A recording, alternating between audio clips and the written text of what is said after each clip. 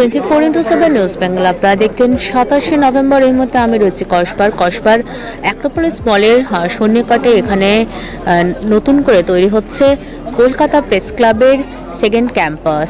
আর আজকে অনুষ্ঠিত হচ্ছে এখানে তার প্রথম ও দ্বিতীয় তলে পদার্পণ অনুষ্ঠান, তার সাথে ক্লাবের বর্ষিয়ান সদস্যদের সম্বর্ধনার এক বিশেষ কর্মসূচি। আসুন দেখে নিই তারই কিছু মুহূর্ত।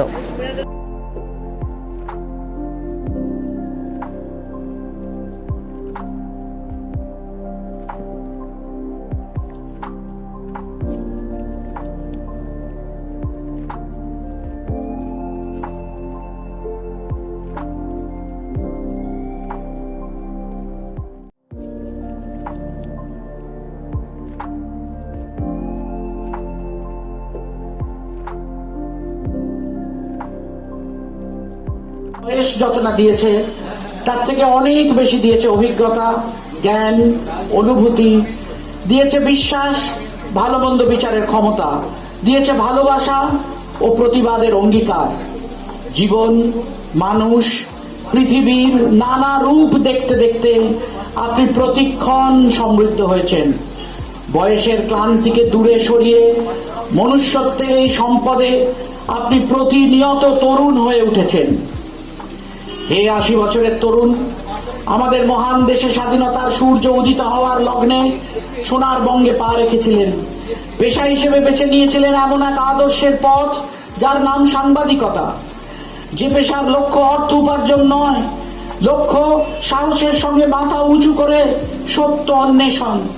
যে সত্য মানুষের মঙ্গল করে, সমাজকে ক্লেদ মুক্ত করে, জীবনকে আনন্দিত করে। আপনি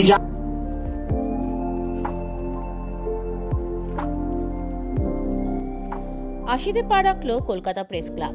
সংবাদ মাধ্যমের সাথে যুক্ত সাংবাদিকদের দ্বারা গঠিত এই ক্লাবের অনেকটা ইতিহাস বহন করে আজকের দিনে। বর্তমানে কলকাতা ময়দানে অবস্থিত ঐতিহ্যময় কলকাতা প্রেস ক্লাবের আরেকটি শাখা তৈরি হচ্ছে কসবার অ্যাক্রোপলিস মলের সন্নিকটে। প্রেস ক্লাবের নতুন বিল্ডিংয়ে থাকবে 6টি ফ্লোর ও তার সাথে আরো অনেক বেশি সুযোগ সুবিধা। এদিন নতুন বিল্ডিং এর প্রথম ও দ্বিতীয় তলে প্রবেশের সাথে প্রেস ক্লাবের বর্ষিয়ান সদস্যদের সম্মান প্রদানের এক অনুষ্ঠান অনুষ্ঠিত হলো নতুন বিল্ডিং এর প্রথম তলে, যেখানে প্রবীণ সাংবাদিকদের সম্মান প্রদান করেন বর্তমান কলকাতা প্রেস ক্লাবের সভাপতি সাংবাদিক স্নেহাশিস সুর, সম্পাদক সাংবাদিক কিংশুক প্রামাণিক, সহ সম্পাদক সাংবাদিক নিতাই মালাকার সহ অন্যান্য সদস্যরা।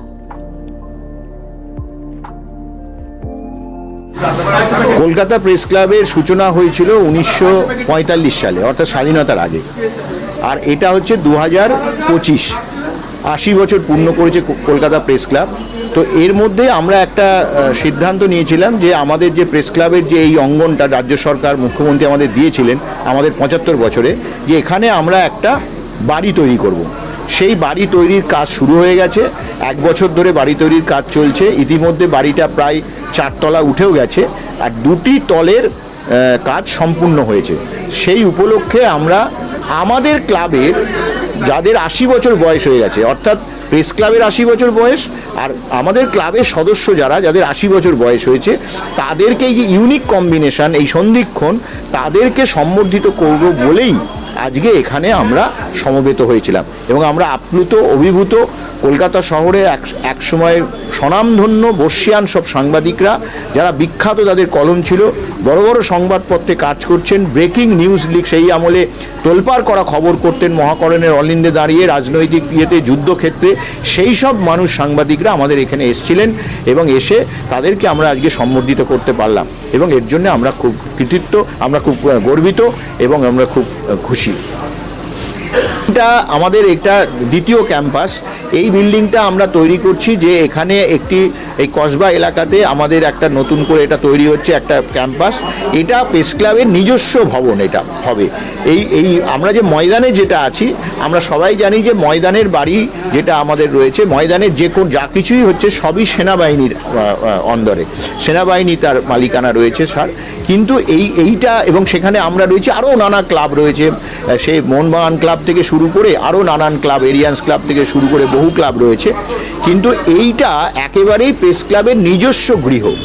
সেখানে আমরা তৈরি করছি। ভবিষ্যতে এই বাড়িতে প্রেস কনফারেন্স হবে, নানা সামাজিক এখানে সেমিনার হবে, এবং পাশাপাশি এখানে 6টা আমরা গেস্ট রুম রাখছি, যাতে সাংবাদিকদের, ভিন রাজ্য থেকে সাংবাদিকরা এখানে আসেন, নানা জেলা থেকে আসেন, কলকাতা এসে কোথায় থাকবেন, তাদের থাকার জন্য একটা ব্যবস্থা আমরা করছি। অর্থাৎ এই বাড়িটাকে আমরা পুরোদস্তুর সাংবাদিকদের জন্য একটা ভবন হিসেবে গড়ে তুলতে চাইছি।